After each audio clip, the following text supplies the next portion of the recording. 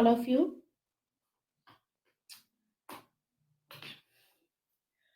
Today we have to discuss another topic in India's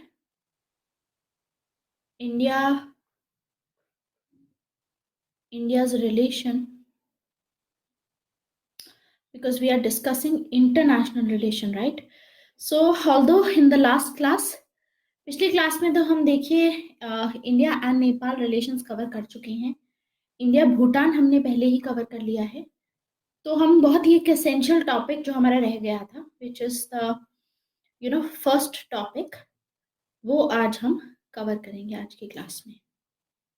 ठीक है, तो पहले तो टॉपिक को अच्छे से समझेंगे, उसके बाद आगे कवर करेंगे. टॉपिक क्या रहेगा हमारा? टॉपिक का नाम है इंडियाज फॉरेन पॉलिसी. अभी तक हमने ये नहीं कवर किया, इंडियाज फॉरेन पॉलिसी. तो आज का टॉपिक रहेगा India's foreign policy. This we will cover today.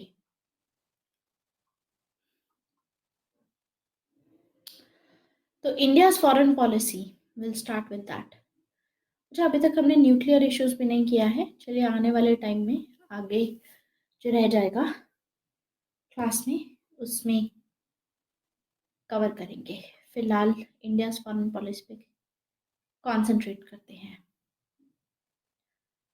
ठीक है, तो सबसे पहले तो इंडिया की फॉरेन पॉलिसी में जिस चीज़ का आपको आइडिया होना चाहिए, दैट इज डिटर्मिनेंट्स कौन कौन से होते हैं. इसका एक आपको आइडिया होना चाहिए कि हमारे कौन कौन से डिटर्मिनेंट्स हैं. Determinants of the foreign policy, this is very very essential. तो डिटर्मिनेंट्स में देखिए, जैसे ज्योग्राफी आ जाएगा, सोसाइटी आ जाएगा आपका, इसके अलावा दूसरे फैक्टर्स होंगे जो फॉरेन पॉलिसी में आएंगे.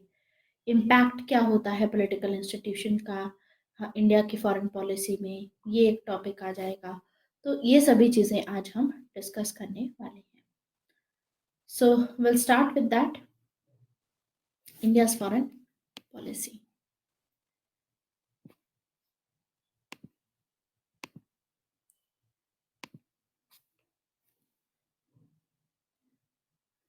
देखिए, सबसे पहला जो टॉपिक हम फिनिश करेंगे आज वो होगा कि पॉलिटिकल इंस्टीट्यूशंस का फॉरेन पॉलिसी पे क्या इम्पैक्ट पड़ता है. So let us first of all cover impact of political institutions on Indian foreign policy. Political institution का क्या इम्पैक्ट पड़ेगा. तो इसमें सबसे पहले चीज जो आ जाती है वो है, देखिए, चाहे ज्योग्राफी को आप कंसिडर करें, चाहे बहुत सारे फैक्टर्स हैं. पॉलिटिकल ट्रेडिशन है, डोमेस्टिक ट्रेडिशन हो गया, डोमेस्टिक पॉलिटिक्स हो गई, इंटरनेशनल पॉलिटिक्स, इकोनॉमिक डेवलपमेंट क्या चल रही है, एक कंट्री की मिलिट्री स्ट्रेंथ क्या है. ये कुछ ना कुछ कंडीशंस क्रिएट करती है जिसकी वजह से फॉरेन पॉलिसी के डिसीजंस लिए जाते हैं. बहुत सोच समझ के फॉरेन पॉलिसी के डिसीजंस लिए जाते हैं, और ज़्यादातर ये इस चीज़ पे डिपेंड करते हैं कि प्रोसेस कौन सा अडॉप्ट किया गया है वेरियस लेवल्स पे. पर्टिकुलरली कौन कौन से इंस्टीट्यूशंस कैसा प्रोसेस फॉलो करते हैं, अडॉप्ट करते हैं फॉरेन पॉलिसी को ड्राफ्ट करने के लिए, हमारे लिए ये जानना ज़रूरी है. तो कौन कौन से इंस्टीट्यूशंस की यहाँ पर बात की जा रही है, जैसे कि कैबिनेट. आप देखोगे कि कैबिनेट डिसीजंस लेती है फॉरेन पॉलिसी मैटर्स पे. Eight the same time parliament के डिसीजन आते हैं, संसद के डिसीजन आते हैं इसमें डिसीजंस फॉरेन पॉलिसी में. इसके अलावा कुछ प्रेशर ग्रुप्स भी होते हैं जो काफ़ी प्रेशर क्रिएट करते हैं फॉरेन पॉलिसी के डिसीजंस लेने में. तो ये 3 फैक्टर्स हैं. और इंस्टीट्यूशंस की आप बात कर सकते हैं. प्रेशर ग्रुप्स में देखिए बहुत सारे आ जाते हैं. फिर प्रेशर ग्रुप्स में आ जाएगा आपका मीडिया. मीडिया एक तरीके से प्रेशर ग्रुप की तरह एक्ट करता है और फॉरेन पॉलिसी डिसीजंस को इम्पैक्ट करता है। हाय चिन्मय, आज की क्लास में हम पढ़ेंगे impact of political institutions on foreign policy and determinants of foreign policy. तो पॉलिटिकल, सबसे पहले हम इंस्टीट्यूशंस पढ़ रहे हैं कि इनका क्या इम्पैक्ट पड़ता है इंडिया की फॉरेन पॉलिसी पे। अभी तक हमने देखा है कि कैबिनेट है, पार्लियामेंट है, प्रेशर ग्रुप है, ये इम्पैक्ट डालते हैं। और प्रेशर ग्रुप हम अभी कवर कर रहे हैं। प्रेशर ग्रुप में मीडिया आ जाता है, प्रेशर ग्रुप में बिजनेस ग्रुप्स आ जाते हैं जो फॉरेन पॉलिसी पे इम्पैक्ट डालते हैं। इसके अलावा ओवरसीज सिटीजन्स ऑफ इंडिया हो गए, पर्सन्स ऑफ इंडियन ओरिजिन हो गए, यानी डायस्पोरा। डायस्पोरा का इम्पैक्ट पड़ता है, एज अ प्रेशर ग्रुप ये एक्ट करते हैं। इसके अलावा प्रेशर ग्रुप्स के अलावा मतलब प्रेशर ग्रुप में ही पब्लिक ओपिनियन भी एक तरीके का प्रेशर ग्रुप की तरह एक्ट करता है फॉरेन पॉलिसी के डिसीजंस में। Public opinion. बाकी अगर हम दूसरे इंस्टीट्यूशंस देखें, फिर इसमें इंटर मिनिस्ट्रियल इंस्टीट्यूशंस आ जाते हैं। Then we see inter ministerial decisions.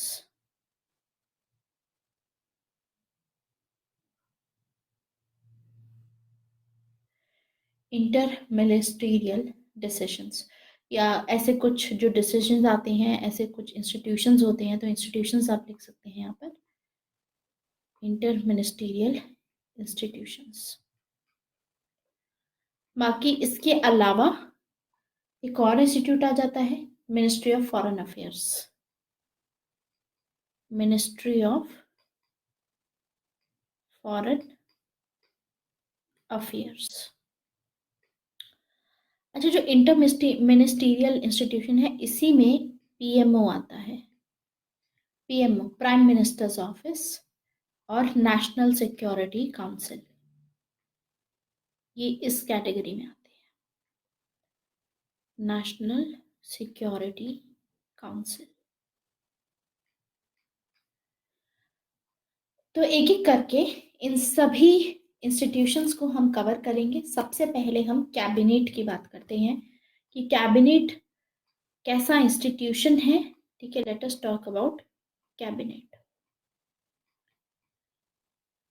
देखिए, कैबिनेट में कोई भी पॉलिटिकल पार्टी होती है, अल्टीमेटली जो भी पॉलिटिकल पार्टी होगी, जो भी सरकार बनाएगी, वो पॉलिटिकल पार्टी रिस्पॉन्सिबल होगी फॉरेन पॉलिसी फॉर्मुलेशन में। तो हम देखते हैं कैबिनेट भी ज़्यादा बड़ी नहीं होती। ठीक है, आजकल तो खैर कैबिनेट में 20-25 मिनिस्टर्स तो होते ही हैं। ठीक है, सो वी सी दैट कि कैबिनेट उस हिसाब से, क्योंकि आज के टाइम पे 20-25 मिनिस्टर्स दिखेंगे कैबिनेट का पार्ट हैं, तो this is too large a body सारे डिसीजंस को लेने के लिए। जैसे इसमें भी फिर इसीलिए सब कमिटीज बनाई जाती हैं। जैसे एक कमिटी बन गई कैबिनेट कमिटी ऑन सिक्योरिटी। से कैबिनेट कमिटी ऑन सिक्योरिटी एक सब कमिटी है विच इज कंप्राइज्ड ऑफ, जिसमें let me right that, CSS बोलते हैं इसको हम, cabinet committee, CCS, cabinet committee on security, this is C।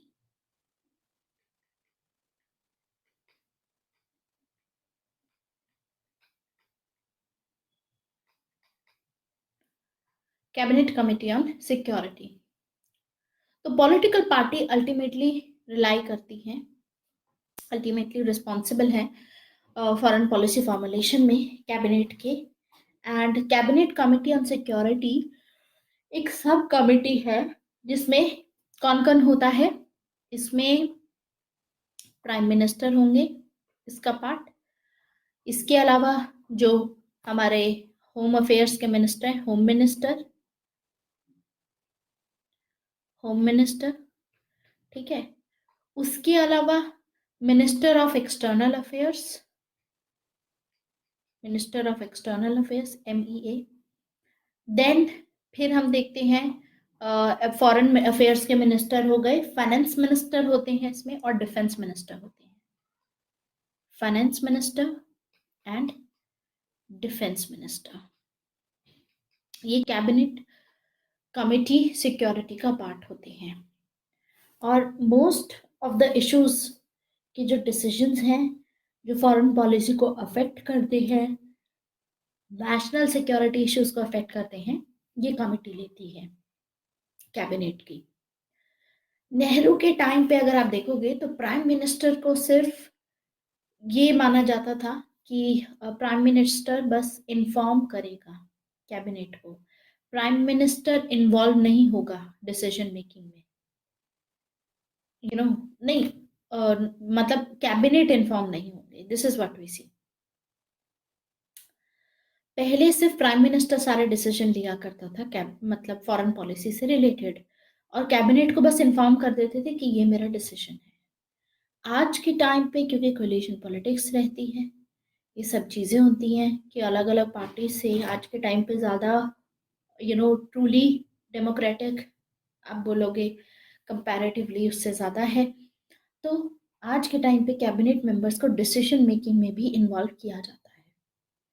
Specially collision governments जब से बनती आ रही हैं, तो उसमें स्पेशली जो कोलिशन पार्टनर्स होते थे, उन सभी का डिसीजन उनको इन्वॉल्व किया जाता था। जैसे कि 2008 में India US civil nuclear deal हुई थी, उसको अपोज किया था लेफ्ट पार्टीज ने। यूपीए कोएलिशन में लेफ्ट पार्टीज अपोज कर रही थी। एंड हम देखेंगे कि जो न्यूक्लियर लाइबिलिटी एक्ट था 2010 का, उसको पास किया गया विद मेजर अमेंडमेंट्स, ताकि लेफ्ट पार्टीज के जो अपने कंसर्न थे वो सारे कंसर्न्स को अकोमोडेट किया जा सके। तो कहीं ना कहीं आज के टाइम पे सिर्फ प्राइम मिनिस्टर का अब रोल नहीं रहा है फॉरेन पॉलिसी डिसीजंस में, बाकी जो कैबिनेट मेंबर्स होते हैं इनका डिसीजन भी इम्पोर्टेंट हो गया है। आप एक एग्जाम्पल ले सकते हैं, जैसे सिविल न्यूक्लियर डील जो 2008 में हुई थी यूएस और इंडिया की, उसको आप यहाँ पे मेंशन कर सकते हैं। अब ये तो बात हुई कैबिनेट की, कैबिनेट का रोल देखा। नेक्स्ट देखते हैं पार्लियामेंट का। पार्लियामेंट का क्या रोल रहेगा फॉरेन पॉलिसी डिसीजंस में? देखिए, जो प्राइमरी रोल होता है पार्लियामेंट का होता है, वो क्या करता है? Parliament is to hold the executive accountable. मान लीजिए प्राइम मिनिस्टर ने कोई डिसीजन लिया, ठीक है, कोई एक्शन लिया फॉरेन पॉलिसी एरिया में, तो उसकी अकाउंटेबिलिटी कौन दिखाएगा, कौन उसके लिए अकाउंटेबल होगा अगर वो डिसीजन गलत साबित होता है, अगर उसके कोई नेगेटिव कॉन्सिक्वेंसेस आते हैं। तो उसमें प्राइम मिनिस्टर को अकाउंटेबल, एग्जीक्यूटिव को अकाउंटेबल होल्ड करने के लिए पार्लियामेंट आती है। जैसे यूएसए का जो प्रेसिडेंशियल सिस्टम है, उसमें सेनेट का बहुत ही इंपॉर्टेंट रोल होता है। जैसे हमारे यहाँ पे पार्लियामेंट बोलते हैं, उनके यहाँ पे सेनेट बोलते हैं। सेनेट क्या करती है? फॉरेन पॉलिसी जो प्रेसिडेंट की होती है उस पर चेक रख के रखती है, मतलब एक तरीके से कि कुछ ऐसा डिसीजन ना ले ले, होल्ड, अकाउंटेबिलिटी होल्ड करते हैं। जैसे कि जो ट्रीटी साइन की गई थी, मान मान लीजिए कई प्रेसिडेंट जा रहे हैं, ठीक है, जैसे कि ट्रम्प किसी कंट्री में जाते हैं, इंडिया में जाते हैं, तो इंडिया में वो कुछ ट्रीटी साइन करते हैं। तो ट्रीटी साइन करने के बाद उस ट्रीटी को पहले रेटिफाई किया जाता है सेनेट में। जब तक वो रेटिफाई नहीं किया जाएगा तब तक वो इफेक्ट में नहीं आएगी ट्रीटी। तब तक हम देखते हैं कि वो चीज़ चालू नहीं होगी, जो अग्रीमेंट साइन किया गया है उस पर काम चालू नहीं होगा। So what we see is कि मेजर डिसीजंस जो लिए जाते हैं, जैसे वॉर को डिक्लेयर करना है, ये सब चीज़ों में कहीं ना कहीं पार्लियामेंट का रोल रहता है। स्पेशली सेनेट का रोल रहता है यूएसए में। इंडिया की जो पार्लियामेंट्री सिस्टम है, इसमें यहाँ पर क्या होता है कि पार्लियामेंट एक तरीके से चेक बना के रखती है, ये भी ऐसे ही फॉरेन पॉलिसी पे, लेकिन इसका जो होल्ड होता है प्राइम मिनिस्टर पे, जो is the head of the state, head of the government, वो काफी वीक होता है। मतलब यूएसए में जो चेक बना के रखते हैं ये ये इनका स्ट्रांग रहेगा होल्ड प्रेसिडेंट पे, और रेक्टिफाई करते रहेंगे हर चीज पे, ये नजर रखेंगे। इंडिया में पार्लियामेंट में प्राइम मिनिस्टर पे इतना ज्यादा स्ट्रांग होल्ड नहीं है, बहुत वीक होल्ड है पार्लियामेंट का, है लेकिन वीक है। इंडियन पार्लियामेंट्री सिस्टम में वॉर गवर्नमेंट डिक्लेयर कर सकती है, उसको कोई फॉर्मल ऑथराइजेशन लेने की जरूरत नहीं है पार्लियामेंट से। तो जो मेंबर ऑफ पार्लियामेंट्स हैं, हालांकि वो कुछ रेजोल्यूशन या मोशन ला सकते हैं इश्यूज पे, मैटर्स पे, ताकि वो गवर्नमेंट को खड़ा कर सकें कि आप जवाब दीजिए, टू जस्टिफाई देयर डिसीजन, कि किस बेसिस पे आपने ये डिसीजन लिया। जैसे कि जब 2017 में डोकलाम स्टैंड ऑफ हुआ था, तो राज्यसभा में क्वेश्चंस रेस किए गए थे, जिसकी वजह से जो एग्जीक्यूटिव यानी हमारे प्राइम मिनिस्टर को रिप्रेजेंट करने आए थे मिनिस्टर ऑफ एक्सटर्नल अफेयर्स, उन्होंने एक्सप्लेनेशन दी थी कि गवर्नमेंट ने ये मूव क्यों ली है और इससे गवर्नमेंट की फ्यूचर स्ट्रैटेजी क्या है, कि इस इशू पे कैसे डील किया जाएगा। ये चीजें हुई थी 2017 में, और उसके चलते हम देखेंगे कि एक्सट्रीम मेजर्स लिए गए थे, such as ceding the Indian territory to any other country, कि मतलब जैसे अगर कोई भी हमारी टेरिटरी है, जैसे अरुणाचल प्रदेश है, अगर हमें उसको दूसरी कंट्री को ये टेरिटरी देनी है, जैसे बांग्लादेश के केस में अभी हमने 2014-15 के पास में, आपको याद होगा कि एक्सचेंज किया था हमने, लैंड बाउंड्री जो अग्रीमेंट साइन हुआ था। तो ऐसी अथॉरिटी के लिए कॉन्स्टिट्यूशनल अमेंडमेंट रिक्वायर्ड होता है, और ऐसे कॉन्स्टिट्यूशनल अमेंडमेंट में पार्लियामेंट्री अप्रूवल रिक्वायर्ड होता है। ये बेरूबारी केस जो हुआ था 1960 का, उसमें भी मेंशन है। तो हम देखते हैं कि एक तरीके से रिस्ट्रिक्शंस और चेक्स का काम करती है ये। इसी की वजह से जो बांग्लादेश के साथ में जो 2015 में फाइनलाइज किया गया था यूपीए गवर्नमेंट के टाइम पे, बीजेपी ने यू नो इस कॉन्स्टिट्यूशनल अमेंडमेंट को तब सपोर्ट नहीं किया था। तो हम देखते हैं कि कुछ लिमिटेड रिस्ट्रिक्शंस होती हैं, कोई लीगल मैकेनिज्म तो एग्जिस्ट नहीं करता है, जिसके चलते गवर्नमेंट पार्लियामेंट की जो भी बिना पार्लियामेंट के नहीं कर सकती है। So there is no legal mechanism that exist by which government is required, although only endorsement हो सकता है, एक्सेप्ट फॉर एक्सट्रीम मेजर्स। जैसे कि एंडोर्समेंट में नो कॉन्फिडेंस मोशन आ जाएगा, ये हम देखते हैं। तो इस तरीके से थोड़ा वीक रहता है, ठीक है। रिस्ट्रिक्शंस होती हैं ड्यू टू चेक्स। हम देखते हैं कि बहुत लेट फाइनलाइज किया गया लैंड बाउंड्री अग्रीमेंट जो बांग्लादेश के साथ में साइन किया गया, तो उसको आप हाईलाइट कर सकते हैं पार्लियामेंट के लिए। फिर आगे आता है नेक्स्ट इंस्टीट्यूशन हमारा, which is role of pressure groups. जो प्रेशर ग्रुप्स होते हैं, इनका क्या रोल होता है इंडिया के फॉरेन पॉलिसी डिसीजंस में, किस तरीके से ये इन्फ्लुएंस करते हैं इंडिया के फॉरेन पॉलिसी डिसीजंस को। देखिए, जो प्रेशर ग्रुप्स होते हैं, जो इंटरेस्ट ग्रुप्स होते हैं, मोस्ट डेमोक्रेसीज में एग्जिस्ट करते हैं। ये क्या करते हैं, एग्रीगेट करते हैं, आर्टिकुलेट करते हैं अपने इंटरेस्ट को। डिफरेंट डिफरेंट सेक्शंस जो है पॉपुलेशन के, उनको उनके इंटरेस्ट को एग्रीगेट करते हैं। जैसे बिजनेस ग्रुप हो गए।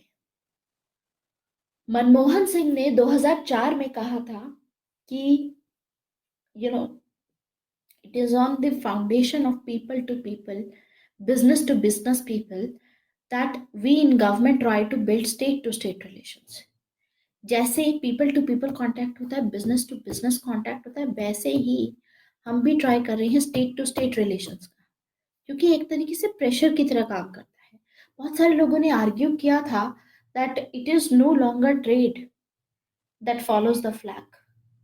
आज के टाइम पे ऐसा नहीं है कि इंडिया की फॉरेन पॉलिसी जो डिसीजंस हो रहे हैं वो इस ऐसे हो रहे हैं कि गवर्नमेंट पहले उस देश में जा रही है और फिर उसके बाद वहां पर ट्रेड बढ़ रहा है।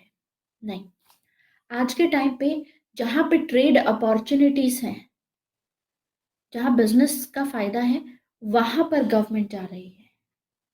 जैसे कि अफ्रीका, अफ्रीका के साथ में हमारी एंगेजमेंट इतनी नहीं थी, बट अफ्रीका के साथ में हमने एंगेज करना शुरू किया बिजनेस ग्रुप्स की वजह से, because as a pressure group they have focused on this idea कि अफ्रीका में इन्वेस्ट करने की जरूरत है, गवर्नमेंट को यहाँ पर इनके साथ में कनेक्ट करने की जरूरत है।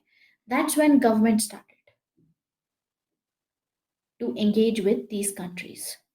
तो आज के टाइम पे फ्लैग फॉलो करता है ट्रेड को, मतलब एक गवर्नमेंट फॉलो करती है ट्रेड जहां पर भी अपॉर्चुनिटीज रहेगी। तो एक संजय बारू हैं, आपने अगर मूवी देखी होगी न्यूक्लियर डील पे, उसमें बताया था संजय बारू एक्चुअली उस टाइम पे पीएमओ का पार्ट थे जब मनमोहन सिंह प्राइम मिनिस्टर थे। तो संजय बारू ने अपने एक पेपर में लिखा है दैट किस तरीके से फॉरेन पॉलिसी पे बिजनेस मीडिया का इन्फ्लुएंस बढ़ रहा है धीरे धीरे। ये पेपर आया था 2009 में। पीएमओ में काम करते थे संजय बारू, एंड इनके ये आर्गुमेंट था। और not just this PMO, Sanjay बारू एक्चुअली एक मीडिया ग्रुप का पार्ट थे। जैसे न्यूज़ वाले होते हैं ना, वैसे एक मीडिया ग्रुप का पार्ट थे, और इनको बुलाया गया था पीएमओ में। He was the adviser, that is how he was there. तो इन्होंने 2009 में आगे लिखा था दैट किस तरीके से जो बिजनेस मीडिया है उसका इन्फ्लुएंस बढ़ रहा है फॉरेन पॉलिसी में। इन्होंने भी आर्ग्यू किया था कि नेहरू के टाइम पे इंडियन बिजनेस क्लास काफी छोटा हुआ करता था, ठीक है, इनवर्ड लुकिंग अप्रोच थी, बाहर दूसरे देशों में ज्यादा नहीं करते थे, अपने ही कंट्री में ज्यादा इन्वेस्टमेंट करने की सोचते थे। लेकिन जब से जियो political considerations of cold war era खत्म हुई है, अगर आप देखोगे कोल्ड वॉर एरा खत्म होने की वजह से अगर जियो पॉलिटिकल जो चेंजेस आए हैं, तो जो नेशन बिल्डिंग की प्रायोरिटी थी हमारी, वो चेंज हो गई है।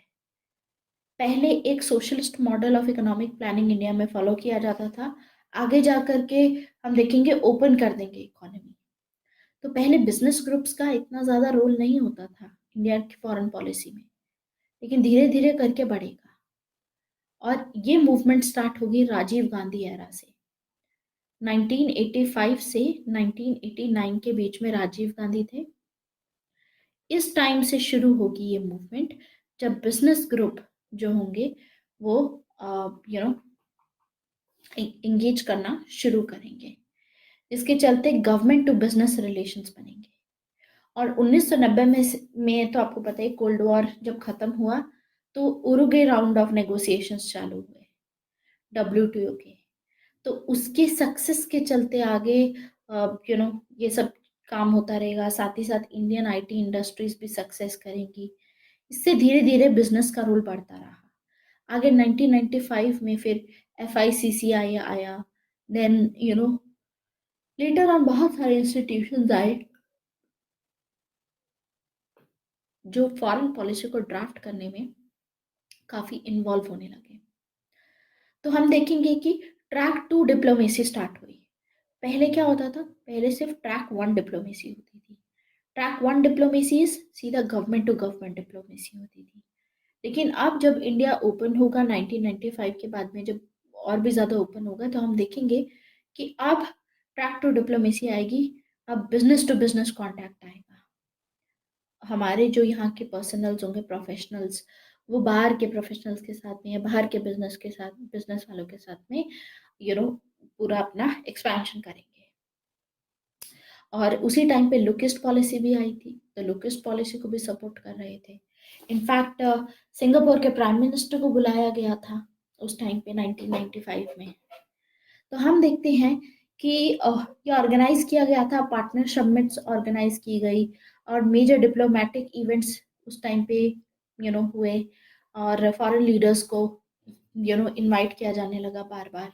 तो धीरे धीरे करके जो बिजनेस का इंटरेस्ट था फॉरेन पॉलिसी में, वो धीरे धीरे बढ़ता रहा, जिसके चलते इंडिया जो है एक प्रोटेक्शनिस्ट जो पॉलिसी फॉलो कर रहा था पहले, वो उससे ओपन पॉलिसी फॉलो करेगा।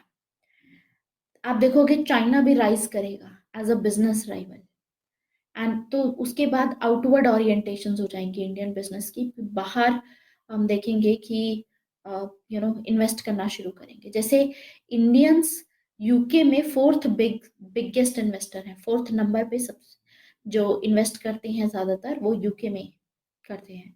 इनफैक्ट इंडियन बिजनेसेस का फुटप्रिंट यूएसए में भी काफ़ी इंडियन बिजनेसेस हैं, अफ्रीका में बहुत बढ़ गए हैं, इथियोपिया में, साउथ अफ्रीका में, कीनिया में, इनमें बहुत बढ़ गए हैं। तो जो इंडियन बिजनेस लीडर्स हैं वो इन्वेस्ट कर रहे हैं ट्रैक टू डिप्लोमेसी में। जैसे कि मुकेश अंबानी हो गए। मुकेश अंबानी फंड करते हैं ऑब्जर्वर रिसर्च फाउंडेशन को, ORF आपने सुना होगा, ORF, ऑब्जर्वर रिसर्च फाउंडेशन पे मुकेश अंबानी फंड करते हैं इसको। रतन टाटा ने भी ऐसे ही फाउंड किया था, ठीक है, and he participated regularly in other such groups जो इंडिया यूएस रिलेशंस के ऊपर भी बनाए गए, काफी ऐसे ग्रुप्स बनाए गए। तो हम देखते हैं जो कि आज के जो बिजनेस लीडर्स हैं today they influence the agenda, meetings facilitate करते हैं ऑफिशियल्स के साथ, पॉलिटिशियंस के साथ, फंड करते हैं पॉलिटिकल पार्टीज को। जैसे कि हिंदुजाज हो गए, वो डिप्लोमेटिकली यूएसए में एक्टिव हैं, यूके में एक्टिव हैं, अपनी पॉलिटिकल लॉबी मेंटेन करके रखते हैं। उसी के चलते, हिंदुजाज के चलते ही इंडिया और यूएस की जो सिविल न्यूक्लियर डील थी 2008 की, वो सपोर्ट की गई थी, इन्होंने ही लॉबी क्रिएट की थी। तो आउटवर्ड इन्वेस्टमेंट इतना बढ़ गया है इंडियन बिजनेस का, जिस आईटी सेक्टर में, बीपीओ सेक्टर में, वेस्टर्न मार्केट्स में। इसकी वजह से हम देखेंगे कि इकोनॉमिक रिलेशंस, हालांकि इंडिया और रशिया के इससे हर्ट हुए, इंडिया एंड रशिया में शार्प डिक्लाइन हुआ इन 1990s, and comparably dramatic increase हुआ इंडिया यूएस ट्रेड रिलेशनशिप में। एंड इंडिया चाइना में जो ट्रेड बढ़ा, that had a significant influence over drafting of Indian foreign policy also. India और China के बीच में 2017 में $80 बिलियन का ट्रेड हुआ है। तो उसी के अराउंड इंडियन फॉरेन पॉलिसी भी ड्राफ्ट की गई है। This is what we see. Then हम देखते हैं कि आगे इंटर मिनिस्टीरियल इंस्टीट्यूशंस आते हैं। इंटर मिनिस्टीरियल इंस्टीट्यूशंस, अब उनको कवर करेंगे। तो हमारा प्रेशर ग्रुप वाला पॉइंट कवर हो चुका है। Now will go for inter ministerial institution, जैसे कि पीएमओ हो गया, नेशनल सिक्योरिटी काउंसिल हो गया। So let us talk about this. PMO क्या है? PMO is the prime minister's office. काफी इंपॉर्टेंट रोल प्ले किया है पीएमओ ने भी इंडियन फॉरेन पॉलिसी को ड्राफ्ट करने में। जैसे नेहरू की एरा में हम देखेंगे 1950 से 1964 तक जितने भी मेजर फॉरेन पॉलिसी डिसीजंस लिए गए थे वो सब पीएमओ ने इनिशिएट किए थे, जो आगे जाकर के इंडिया की फॉरेन पॉलिसी का बेस बनेंगे। जैसे कि नेहरू ने जो इनिशिएटिव लिया था regarding India launching the non-aligned policy and movement 1950s में जो स्टार्ट हुआ था धीरे धीरे करके, वो पीएमओ के थ्रू गया था। ऐसे ही इंदिरा गांधी एरा में 1967 में जो सोवियत यूनियन के साथ में फ्रेंडशिप ट्रीटी साइन की गई थी, वो भी इसी की वजह से थी। यहाँ से डिसीजन आया था पीएमओ से। जैसे आई के गुजराल ने 1997 में गुजराल डॉक्ट्राइन जो दी थी, जिसमें ये आर्ग्यू किया गया था कि India must not insist on quid pro को, मतलब हमें हमारे जो छोटे नेशंस हैं, नेबर्स हैं, साउथ एशियन नेबर्स, ऐसा नहीं है कि वो हमारी हेल्प करेंगे तो ही हम उनकी हेल्प करेंगे, हमको उनकी हेल्प ज़्यादा करनी चाहिए। इवन इफ वो हमारी हेल्प नहीं कर रहे हैं, हमारे साथ कोऑपरेट नहीं कर रहे हैं, हमें उनके साथ अच्छा करना है। सो ये भी एक इसी का डिसीजन था। ऐसे ही प्राइम मिनिस्टर मोदी के टाइम पे जो फॉरेन पॉलिसी डिसीजन लिया गया है, फोकस किया गया कि अब्रॉड ज़्यादा फोकस करो, यूएसए में इससे ज़्यादा एंगेज करो, यूरोप से एंगेज करो, दूसरी दूसरी कंट्री से एंगेज करो, ये सभी पीएमओ के डिसीजन है। काफ़ी इंपॉर्टेंट प्ले रोल किया है, रोल प्ले किया है पीएमओ ने। एंड हम देखते हैं के सुब्रमण्यम एक एम्बेसडर हैं। इनका कहना है कि पीएमओ जो प्राइम मिनिस्टर ऑफिस है, ये बहुत ही प्री एमिनेंट रोल इंजॉय करता है इंडिया की फॉरेन पॉलिसी में। के सुब्रमण्यम का कहना है कि इंडिया की जो फॉरेन पॉलिसी है, it is always a leadership function. इसमें कमांड कंसेंसस नहीं है, लीडरशिप फंक्शन की तरह काम करती है। और इसमें पीएमओ काफी इंपॉर्टेंट हालांकि रोल प्ले करता है। आगे आते हैं इसी में पीएमओ के अलावा नेशनल सिक्योरिटी काउंसिल। देखिए, लीडरशिप फंक्शन करती है डेफिनेटली, जैसे अभी आजकल मोदी हैं, लीडर हैं, ठीक है, इनके डिसीजन ज्यादा मैटर करते हैं पीएमओ से, डेफिनेटली ये इनका आर्ग्यूमेंट है। बट हम देखते हैं कि पीएमओ का अपना एक सेट ऑफ ऑरा है, अपना सेट ऑफ यू नो एक स्टैंड है, उसमें जो भी डिसीजन लिए जाते हैं कुछ ना कुछ रोल तो प्ले करती ही है। Then apart from that we see National Security council.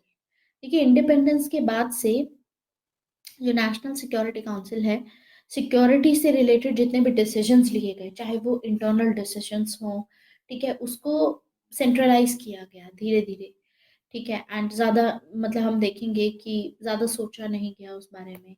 तो उसमें कुछ ना फ्लॉज थे सिक्योरिटी डिसीजंस में, जिस जो हमको आगे पता चलेंगे। 1962 की वॉर होगी जब हमारी चाइना के साथ में, तो जो फ्लॉ थे उनको करेक्ट करने के लिए प्लानिंग और डिसीजन लाई गई, और प्लानिंग और डिसीजन के लिए नेशनल सिक्योरिटी काउंसिल लाया गया। तो नेशनल सिक्योरिटी काउंसिल कब एस्टैब्लिश किया गया था, कौन से ईयर में? We can establish it in that was established in 1998. Do other nations play a role in foreign policy of one country? Yes, they play role, a very important role चीन में, लेकिन indirect role। कैसे? जैसे मान लीजिए पाकिस्तान है, China है, अभी चाइना की यूएसए के साथ में ट्रेड वॉर चल रही है चीन में। आपको आवाज आ रही है मेरी? हाँ, तो जैसे चाइना और यूएसए के बीच में ट्रेड वॉर चल रही है, इसके जो भी इम्प्लीकेशंस होंगे कहीं ना कहीं वो इंडिया को भी इम्पैक्ट करेंगे। तो उस हिसाब से हमारे जो फॉरेन पॉलिसी डिसीजंस होंगे हमें वो कैलकुलेट करने पड़ेंगे। अंडरस्टूड? तो यस, दूसरी कंट्री की जो दूसरे नेशंस होते हैं वो हमारे फॉरेन पॉलिसी को इम्पैक्ट करते हैं। जैसे हमारी जो चाइना के साथ में फॉरेन पॉलिसी है, उसमें हम देखते हैं कि चाइना की पावर एसिमेट्री है। What is power asymmetry Chinmay? Power asymmetry means China India से ज्यादा पावरफुल है, क्योंकि हमने देखा था कि चाइना की जो इकोनॉमी है that is 5 times more than that of India, 5 गुना ज्यादा है इंडिया से।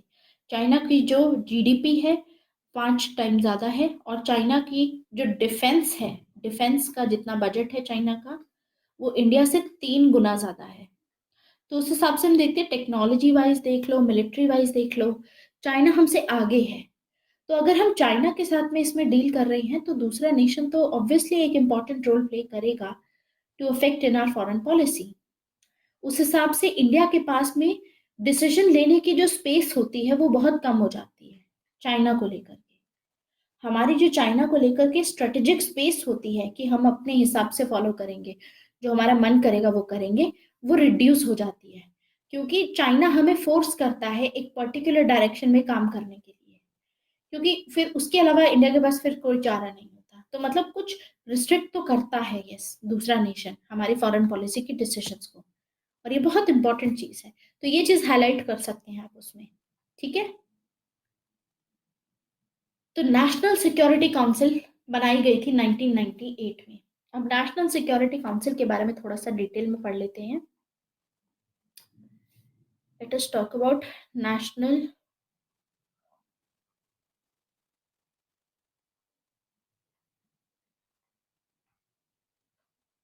Security Council. National Security Council में देखिए, सबसे पहले आता है एक National Security Advisory Board. National Security Advisory Board, AB advisory board. अब ये जो है, इसमें जो भी मेंबर्स चूज किए जाते हैं वो सब्जेक्ट एक्सपर्ट्स चूज किए जाते हैं। जो लोग रिटायर्ड ऑफिशियल्स होते हैं, जो रिटायर्ड ब्यूरोक्रेट्स होते हैं, वो एडवाइजरी बोर्ड का पार्ट होते हैं। और ये लोग एडवाइस देते हैं। तो एडवाइजरी रोल की तरह they will serve as advisory role, basically adviser होते हैं। ठीक है, एक तो हो गया National Security Adviser board, advisory board. एक होता है NSA, National Security Adviser. NSA is National Security Adviser. अब एनएसए के पास में सारी इंटेलिजेंस रिपोर्ट्स आती हैं, एंड ये सारी जो जो रिपोर्ट्स आती हैं ये कोऑर्डिनेट करते हैं, प्राइम मिनिस्टर को देते हैं हमारे। इसके अलावा नेशनल सिक्योरिटी काउंसिल का पार्ट है joint intelligence committee. There is a joint intelligence committee, JIC। Joint intelligence committee एक नोडल एजेंसी की तरह काम करती है, जिसमें इंटेलिजेंस डेटा को एनालाइज किया जाता है। जो भी इंटेलिजेंस डेटा आता है रॉ से, या इंटेलिजेंस ब्यूरो से, या डायरेक्टरेट्स ऑफ मिलिट्री से, नेवल, एयर इंटेलिजेंस से, जितना भी डेटा आता है उस डेटा को एनालाइज करती है जॉइंट इंटेलिजेंस कमिटी। इसके अलावा फिर एक ग्रुप भी है, strategic policy group. There is a strategic policy group.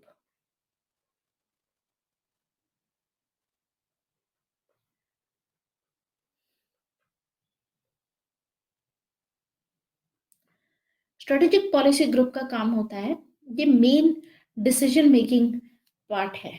मतलब यहाँ पर सारा डिसीजन लिया जाता है। ये प्रिंसिपल ऑर्गन है जहाँ पर इंटर मिनिस्टीरियल ब्यूरोक्रेटिक कंसल्टेशन होती है। इसमें कैबिनेट होती है, फॉरेन डिफेंस, होम सेक्रेटरी होते हैं, chief of army, chief of naval, air staff सब होते हैं। और इस ग्रुप को हेड करता है NSA, National Security Adviser. National Security Adviser head करता है। तो एक ऐसे भी क्वेश्चन आ सकता है कि NSA का क्या रोल है और कैसे रिफॉर्म्स लाने चाहिए, इसमें क्या स्कोप ऑफ रिफॉर्म है। देखिए, जब से फर्स्ट NSA को जब अपॉइंटमेंट की गई थी इसकी 1998 में, फर्स्ट नेशनल सिक्योरिटी एडवाइजर थे इंडिया के ब्रजेश मिश्रा। ब्रजेश मिश्रा को इस पोजीशन पे NSA में बिठाया गया था। एंड वी सी दैट जब से इनका अपॉइंटमेंट हुआ था, तब से जो पोजीशन है NSA की, वो कभी कभी मिनिस्ट्री ऑफ एक्सटर्नल अफेयर्स हो गया या इंटेलिजेंस ब्यूरो का हेड हो गया, बिल्कुल वैसे ही NSA की पोजीशन है। ठीक है, कभी उनकी चलती है कभी इनकी चलती है टाइप्स, मतलब एक तरीके से ऑल्टरनेटिवली चलती रहती है। ठीक है, सो NSA का जो रोल होता है इंडियन फॉरेन पॉलिसी को फॉर्मुलेट करने में, वो आज के टाइम पे बहुत ज्यादा है, पहले इतना नहीं हुआ करता था। जैसे कि एक एग्जांपल मैं आपको देती हूँ कि जब NSA का फॉर्मेशन हुआ था, उसी के बाद 1999 में ब्रजेश मिश्रा जो फर्स्ट NSA एडवाइजर थे, ठीक है, इन्होंने USA के साथ में हमारे रिलेशंस को इम्प्रूव करना चाहिए, ऐसा इन्होंने अपनी रिकमेंडेशन दी थी। रिसेंटली भी आप देखेंगे कि अभी NSA नेशनल सिक्योरिटी एडवाइजर कौन है, मिस्टर अजीत डोवल, 2014 से। और उसके बाद से ये भी काफी मतलब जो भी एडवाइसेस देते हैं, जो भी इनकी रिकमेंडेशन होती है, उनको हम फेमसली दोवल डॉक्ट्राइन से डालते हैं। अजीत डोवल की जो भी रिकमेंडेशन है दोवल डॉक्ट्राइन से जानी जाती है।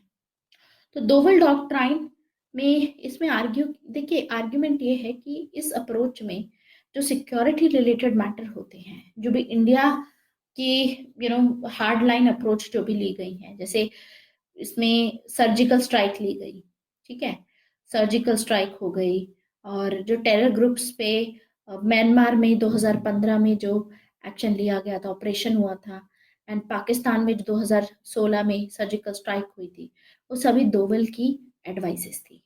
तो दोवल डॉक्ट्राइन में हम देखते हैं कि इंटेलिजेंस सर्विसेज का बहुत यूज किया जाता है, कोवर्ट ऑपरेशंस किए जाते हैं, डिप्लोमेसी पे ज्यादा ध्यान नहीं देती। दोवल डॉक्ट्राइन ध्यान देती है कि सिक्योरिटी चैलेंजेस के साथ में कैसे डील करना है हमारे नेबरहुड के साथ में। तो ये सब आज हम देखते हैं कि ये जितने डिसीजन लिए गए हैं वो दोवल डॉक्ट्राइन की वजह से लिए गए हैं। तो क्या स्कोप ऑफ रिफॉर्म है, तो इस स्कोप ऑफ रिफॉर्म के चलते एक हमारे हैं अरविंद गुप्ता। एक्सपर्ट में आएगा अरविंद गुप्ता, इनका व्यू लिख सकते हो आप। आई एम टेलिंग यू चंद में, पहले एक बार ये फिनिश कर देते हैं। अरविंद गुप्ता ने अपनी बुक लिखी है, बुक का नाम है how India manages it's national security, कि इंडिया अपना नेशनल सिक्योरिटी कैसे मैनेज करता है। उसमें इन्होंने आर्ग्यू किया है कि इस टाइम पे करंटली जो नेशनल सिक्योरिटी काउंसिल है और जो नेशनल सिक्योरिटी एडवाइजर है, इनकी कोई लीगल या कॉन्स्टिट्यूशनल स्टेटस नहीं है। एनएसए की जो पावर आती है वो इससे आती है कि वो प्राइम मिनिस्टर से कितना क्लोज है। तो ये आर्ग्यू किया जाता है कि जो नेशनल सिक्योरिटी एडवाइजर है, या तो इनको एक कैबिनेट मिनिस्टर का रैंक दे दो ताकि लीगल या कॉन्स्टिट्यूशनल बेसिस रहे इनका। अब इसी में अरविंद गुप्ता के अलावा आते हैं Shiv Shankar Menon, very important name, Shiv Shankar Menon. Shiv Shankar Menon का कहना है, इन्होंने अपना जो आर्ग्यूमेंट दिया था कि एनएसी की जो पोजीशन है, इसको लेजिस्लेचर बैकिंग देनी चाहिए, मतलब इनको कैबिनेट मिनिस्टर का रैंक इस तरीके से कुछ ना कुछ पोजीशन देनी चाहिए, क्योंकि ये बहुत इंपॉर्टेंट रोल प्ले करते हैं फॉरेन पॉलिसी में, सिक्योरिटी आर्किटेक्चर में हमारी कंट्री के।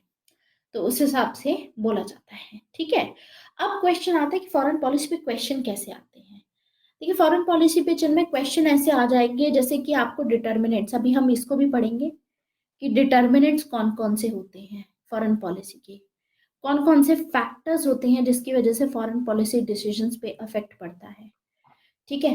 एक क्वेश्चन आ सकता है कि इंस्टीट्यूशंस कौन कौन से हैं जो फॉरेन पॉलिसी में रोल प्ले करते हैं, या फिर आपको स्पेसिफिकली एक इंस्टीट्यूशन दे देंगे, जैसे नेशनल सिक्योरिटी काउंसिल पे क्वेश्चन आ गया एक 10 नंबर का या 15 नंबर का, कि इसका क्या रोल है फॉरेन पॉलिसी सिक्योरिटी में।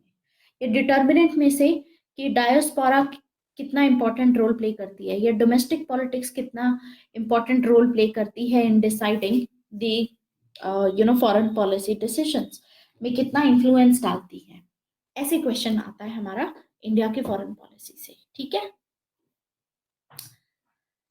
और उसमें आप पहले तो सारा कुछ एक्सप्लेन करेंगे, उसके अलावा आप व्यूज लिख सकते हैं, जैसे इस केस में जैसे नेशनल सिक्योरिटी काउंसिल है तो इसमें आप अरविंद गुप्ता और शिवशंकर मेनन को मेंशन कर सकते हैं, इस हिसाब से इनके व्यूज भी लिख सकते हैं कि ये कब से बोल रहे हैं कि एनएसए के जो एडवाइजर है इनके लिए वो होना चाहिए, लेजिस्लेचर बैकिंग होनी चाहिए इनके लिए, ठीक है।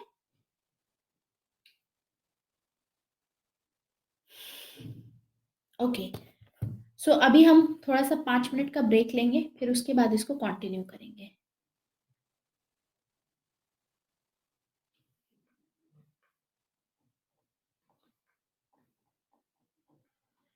Then we will continue it, ठीक है। अभी हमें पढ़ना है मिनिस्ट्री ऑफ एक्सटर्नल अफेयर्स के बारे में, क्या चैलेंजेस हैं, क्या इश्यूज हैं, कौन सी कमिटी थी, कैसा इंटरनल ऑर्गेनाइजेशनल स्ट्रक्चर चल रहा है, ठीक है। अभी पॉलिटिकल इंस्टीट्यूशंस के बारे में फिनिश करेंगे, उसके बाद मीडिया का क्या इन्फ्लुएंस पड़ता है फॉरेन पॉलिसी पे, ये क्वेश्चन भी आ सकता है। आज के टाइम पे 21st सेंचुरी में मीडिया का कितना रोल बढ़ गया है, स्पेशली फॉरेन पॉलिसी के मैटर्स में, ये हम कवर करेंगे यहाँ पे, ठीक है। तो इस टाइप का क्वेश्चन पूछा जा सकता है, will cover such things. I am just coming in 5 minutes, उसके बाद कंटिन्यू करते हैं।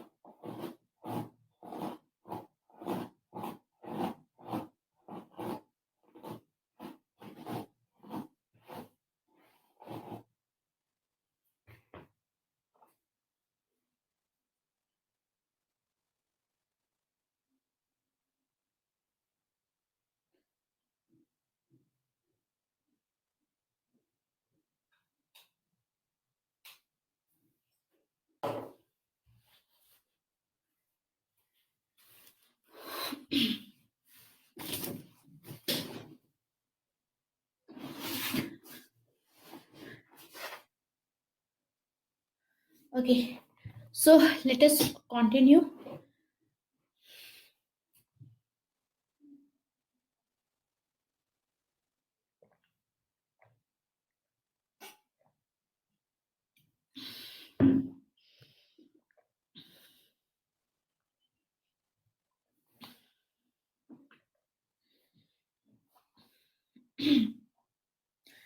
आगे बढ़ते हैं।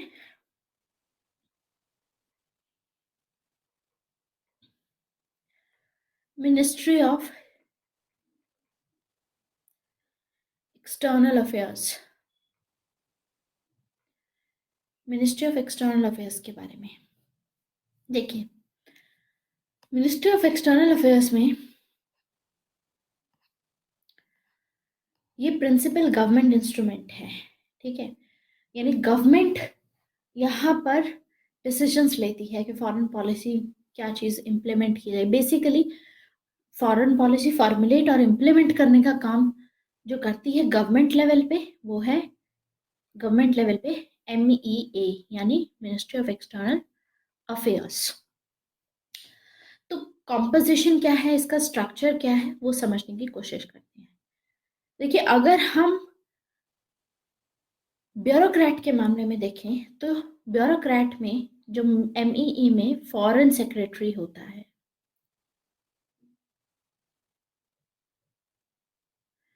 फॉरेन सेक्रेटरी जो होता है यहाँ पर, ये सीनियर मोस्ट ब्यूरोक्रेट जो भी होता है मिनिस्ट्री में, दैट इज रिस्पॉन्सिबल, जो पूरे मिनिस्ट्री को सुपरवाइज करता है, कोऑर्डिनेट करके रखता है। तो इसमें जो भी इंडियन फॉरेन सर्विसेज ऑफिशियल्स होते हैं, ठीक है, UPSC के थ्रू जो सेलेक्ट होते हैं, दे आर दी, इसमें they basically are the one जो ये फॉरेन सेक्रेटरी बनते हैं, ऐसे IFS ऑफिसर्स। तो मिनिस्ट्री ऑफ एक्सटर्नल अफेयर्स में इनके नीचे होते हैं, within Ministry of external Affairs, foreign secretary के नीचे 4 सेक्रेटरीज होते हैं, ठीक है। एंड जो ब्रॉडली हम देखेंगे कि इस मिनिस्ट्री के टोटल 24 डिविजन्स हैं। There are how many divisions? There are 24 divisions. तो ब्रॉडली इस मिनिस्ट्री के 24 डिविजन्स हैं। इसमें 12 टेरिटोरियल डिविजन्स हैं। जैसे कि टेरिटोरियल के हिसाब से अगर मैं बताऊं आपको, तो हर एक टेरिटोरी के हिसाब से अलग अलग डिविजन्स है। जैसे कनाडा एंड अमेरिका का एक डिवीजन हो गया, कनाडा एंड अमेरिका का एक डिवीजन है, वो पूरा बस कनाडा एंड अमेरिका को संभालता है, ठीक है, वो डिवीजन। फिर गल्फ का अपना एक डिवीजन है, गल्फ कंट्रीज का। फिर ईस्ट एशिया का अपना एक डिवीजन है, ठीक है। दिस इज व्हाट वी सी। तो फॉरेन इसमें डिविजन्स रहते हैं 24। ऐसे ही 11 फंक्शनल डिवीजन है इसमें, जो प्रोटोकॉल क्या है, एक्सटर्नल पब्लिसिटी से रिलेटेड एंड यूनाइटेड नेशन से रिलेटेड एक डिवीजन है। तो इसमें सब IFS ऑफिसर्स होते हैं जिनको अब्रॉड भेजा जाता है इंडियन ऑफिसर्स को हेड करने के लिए, और उनसे एक्सपेक्ट किया जाता है कि ये बहुत सारे वैरायटी ऑफ फंक्शंस परफॉर्म करेंगे। जैसे कि काउंसलर एक्सेस भी प्रोवाइड करेंगे इंडियन नेशनल्स को, अब्रॉड भेजने के लिए जो काउंसलर एक्सेस देते हैं वो यही देते हैं। इसके अलावा लिंक्स मेंटेन करवा के रखते हैं विद डायस्पोरा, ये जो IFS ऑफिसर्स होते हैं। तो काफ़ी वाइटल फंक्शन परफॉर्म करते हैं ये एम्बेसीज में, ठीक है। दे आर द वन, दूसरी कंट्रीज में अब्रॉड में, ये they are the eyes and ears of the government. ये गवर्नमेंट की आंखें और कान होती हैं दूसरी कंट्री में कि वहां पर क्या हो रहा है, क्या चीज़ चल रही है, वो सब चीज़ें कन्वे करते हैं, ठीक है। एंड इंफॉर्मेशन गैदर करते हैं जो कि ओपनली अवेलेबल नहीं होती, ऐसे सोर्सेस में, ऐसे सोर्सेस से इंफॉर्मेशन गैदर करते हैं। तो देखिए, ये होते हैं मिनिस्ट्री ऑफ एक्सटर्नल अफेयर्स का, मैंने आपको बताया, जिसमें ब्यूरोक्रेट्स रहेंगे, मिनिस्टर्स तो अलग ही रहते हैं। खैर, अब समझने की कोशिश करते हैं कि क्या इश्यूज हैं इसके और क्या चैलेंजेस हैं। Let us cover the issues and challenges of this ministry. क्या क्या इश्यूज हैं और क्या क्या चैलेंजेस हैं। तो सबसे पहला तो देखिए, एक रीसेंट पेपर था, कांति बाजपेयी ने लिखा था 2019 में ही, अभी, रिटन बाय कांति वाजपेयी।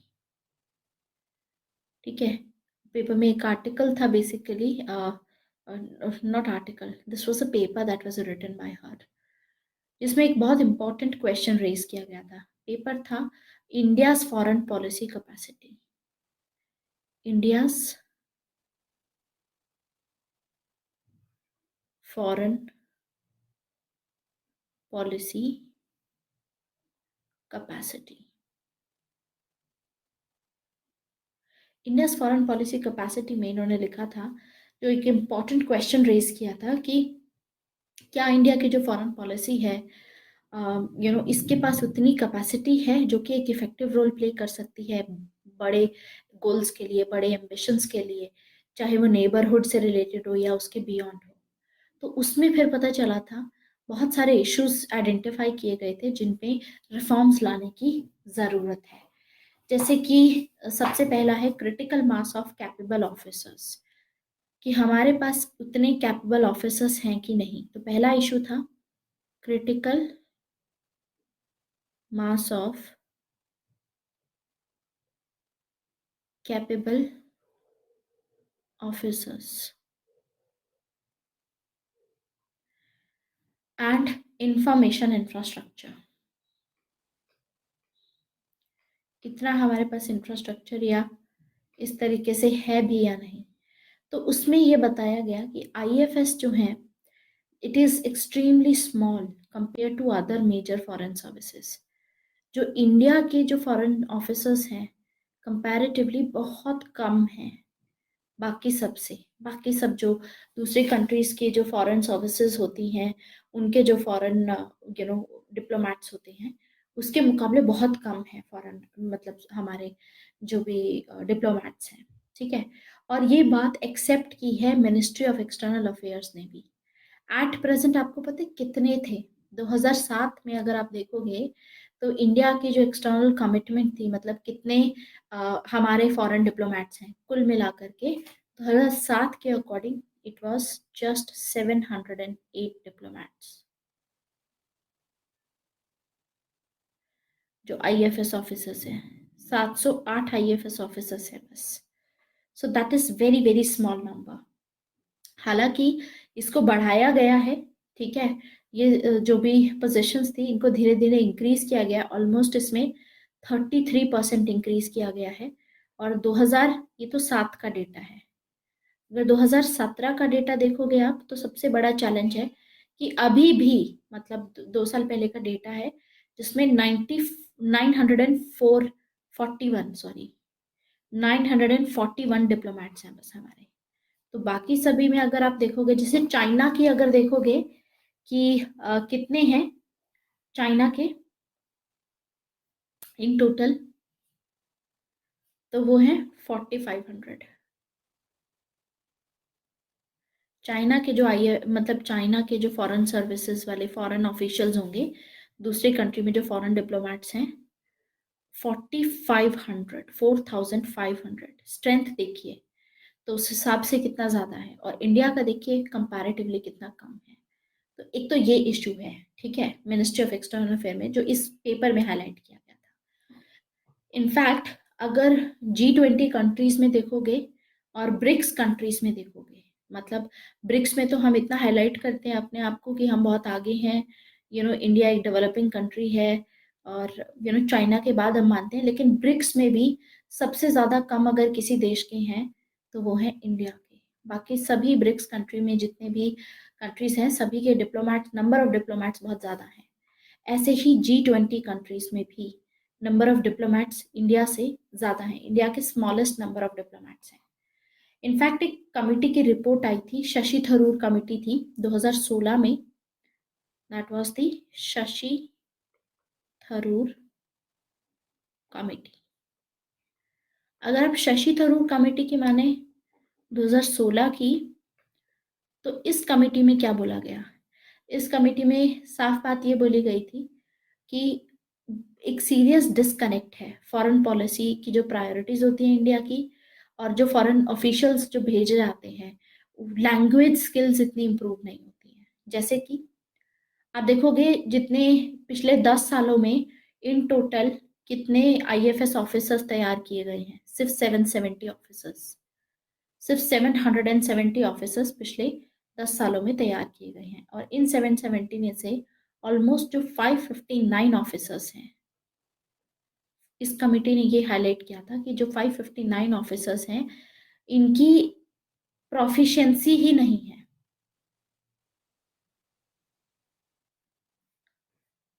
तो काफी मतलब ये चीज हाईलाइट की गई थी।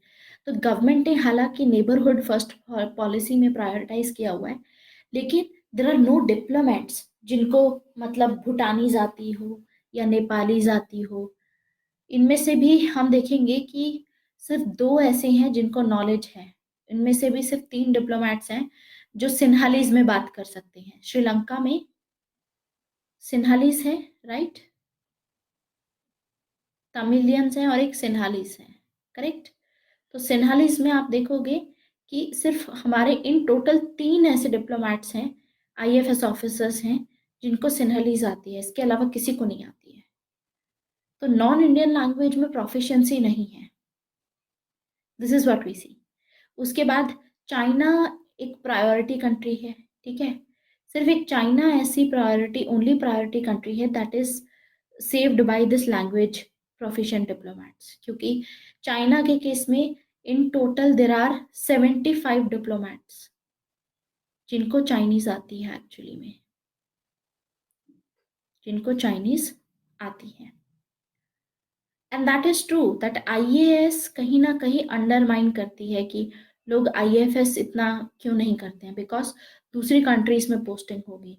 और एक बार को इंडिया में घटिया जगह पोस्टिंग हो जाए, लेकिन दूसरी कंट्री में मान लीजिए पोस्टिंग ही अफगानिस्तान में हुई या सीरिया जैसी कंट्री में हुई, ठीक है, या फिर किसी ऐसी कंट्री में जहाँ पर टर्मोइल है, अफ्रीका की किसी कंट्री में हुई जहाँ डेवलपमेंट नहीं हुई है, तो वहां पर डिप्लोमेट्स नहीं जाएंगे।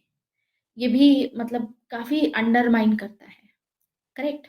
तो ये भी रीजन है। अभी जैसे मैंने आपको बताया है कि श्रीलंका में तो देखिए कितना हमारा नेबर है, हम हमारे उसमें नेबरहुड पॉलिसी के बारे में इतनी बात की जाती है, उसके बावजूद सिर्फ 3 ऐसे डिप्लोमेट हैं जिनको श्रीलंका के सिन्हलीज लैंग्वेज आती है, जो लोकल लैंग्वेज में कम्युनिकेट कर सकते हैं। अदरवाइज डिप्लोमेट्स ही नहीं है। सिर्फ एक चाइना ऐसा है, चाइना के केस में ऑलमोस्ट 75 डिप्लोमेट्स फिर भी हैं जिनको चाइनीज आती है, ठीक है? और साथ में हम देखते हैं कि एक तो नंबर ही नहीं है ऑफिसर्स का, 941 ऑफिसर्स है आईएफएस। दूसरा, लैंग्वेज स्किल्स नहीं है इनके पास में, सबसे ज्यादा अफ्रीका में। अफ्रीका में सिर्फ जो एम्बेसीज हैं, इनफैक्ट आपको पता है अफ्रीका में ऑलमोस्ट 2 डजन एम्बेसीज हैं, 24 एम्बेसीज हैं पूरे अफ्रीका में। और इन 24 एम्बेसीज में एक भी आईएफएस ऑफिसर नहीं है, एक भी डिप्लोमेट नहीं है, कोई हेड ही नहीं करता वहां पर।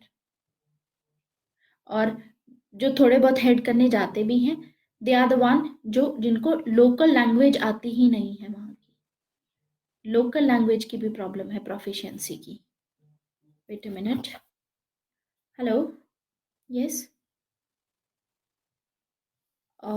Wait a minute. Can you please call me after 8 o'clock? No, he is not.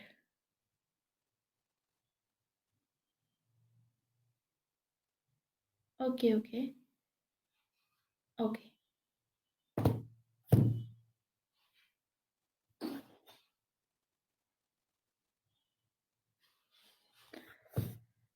okay. ठीक है। तो एक तो ये चीज़ हमें देखने को मिलती है। तो ये तो हो गया हमारा मिनिस्ट्री ऑफ एक्सटर्नल अफेयर्स में जो हम बात कर रहे थे, कि सबसे पहला इशू तो होता है कि ना तो कैपेबल ऑफिसर्स हैं, इंफॉर्मेशन इंफ्रास्ट्रक्चर नहीं है। इंफॉर्मेशन इंफ्रास्ट्रक्चर तो तब होगा ना जब लैंग्वेज आएगी आपको, तो ये चीज़ तो है ही नहीं। दूसरी प्रॉब्लम क्या है इसके अलावा? दूसरा इशू क्या है? पहला इशू मैं आपको बता चुकी हूँ। इसके अलावा सेकंड इशू आता है हमारा इंटरनल ऑर्गेनाइजेशनल स्ट्रक्चर।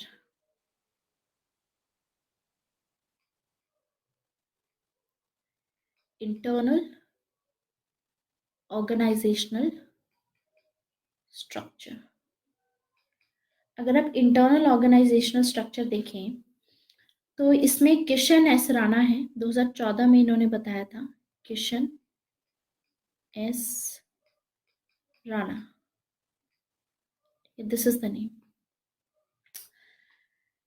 इन्होंने आर्ग्यू किया था दैट जो ऑर्गेनाइजेशनल स्ट्रक्चर है उससे रिलेटेड भी चैलेंज है मिनिस्ट्री ऑफ एक्सटर्नल अफेयर्स के साथ में, कि एक काफ़ी इस टाइप का फ्यूनल स्ट्रक्चर है, पिरामिडिकल स्ट्रक्चर है जो हमारा मिनिस्ट्री ऑफ एक्सटर्नल अफेयर्स का है। जैसे कि टॉप में अगर आप देखोगे मिनिस्ट्री में एक फॉरेन सेक्रेटरी है और उसके बाद मैंने आपको बताया था नीचे उसके 4 सेक्रेटरीज हैं।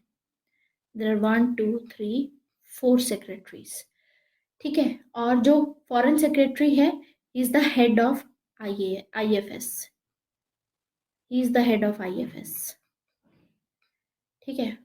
एंड बाकी 4 सेक्रेटरीज हैं और ये डायरेक्ट सुपरवाइज करता है almost he himself is directly supervising the relations with 12 states directly। ये खुद सुपरवाइज करता है 12 कंट्रीज। इस तरीके से तो ऑर्गेनाइजेशन है, ठीक है। एंड हम देखेंगे फिर he is a at the same time he is the adviser of prime minister. क्या क्या रोल है इनके बता रही हूँ मैं आपको, ठीक है। और साथ ही साथ ये एक्सटर्नल अफेयर मिनिस्टर को भी एडवाइस करता है, एक्सटर्नल अफेयर मिनिस्टर्स को, ठीक है, मिनिस्टर को जब भी ये ट्रैवल करते हैं अब्रॉड तो ये हमेशा साथ में एडवाइजर होता है, ठीक है। तो इन्होंने ये नोट किया था कि जो फॉरेन सेक्रेटरी है इनके पास बहुत ज़्यादा काम है, क्योंकि देखो एक तो 12 स्टेट्स को डायरेक्टली, जो की स्टेट्स हैं, जो की स्टेट्स हैं, की कंट्रीज हैं, उनको सुपरवाइज कर रहे हैं, साथ में प्राइम मिनिस्टर और एक्सटर्नल अफेयर्स मिनिस्टर को भी। तो बहुत ओवर वर्क है इनके पास में, ठीक है। एडमिनिस्ट्रेटिव सुपरविजन से रिलेटेड भी और मिनिस्ट्री रिलेटेड इश्यूज से रिलेटेड और पॉलिसी इश्यूज पे बहुत ज़्यादा इस पे ओवर वर्क है। बाकी ये तो फर्स्ट टायर पे हो गए सिर्फ अकेले ही, ठीक है। उसके नीचे 4 सेक्रेटरीज आते हैं, 4 सेक्रेटरीज, ये सेकंड टायर आ जाता है, ठीक है। अब जो सेकंड टायर में हम देखेंगे कि यहाँ पर जो मिनिस्ट्री की जो हायरार्की होती है वो कैरी होती है, ठीक है। यहाँ पर ज़्यादा लोड नहीं है इतना, फॉरेन सेक्रेटरी पे ज़्यादा लोड है, ठीक है। और तो हमको ये जो इसीलिए बेटर रैशनलाइजेशन के लिए जो रिस्पॉन्सिबिलिटीज हैं टॉप ऑर्गेनाइजेशन से कहीं ना कहीं मतलब नीचे भी ट्रांसफर करनी चाहिए, इस हिसाब से ये बोलते हैं। डिस्पाइट्स ऑफ द रिफॉर्म्स की ज़रूरत है इसकी, तब भी हम देखते हैं कि जो टॉप पे स्ट्रक्चर है वो उसकी वजह से ही, क्योंकि इतना काम है, इतना अच्छे एफिशिएंटली नहीं लिए जाते हैं डिसीजंस, जल्दी डिसीजन नहीं लिए जाते हैं, डिले होते हैं इस वजह से, क्योंकि वर्कलोड बहुत ज़्यादा रहता है और फॉरेन पार्टनर्स के साथ में कोऑर्डिनेट भी करना होता है, अब दूसरे मिनिस्टर्स के साथ कोऑर्डिनेट करना होता है, तो काफ़ी डिले हो जाता है इन सब कामों में। तो ये भी एक इशू है मिनिस्ट्री ऑफ एक्सटर्नल अफेयर्स में।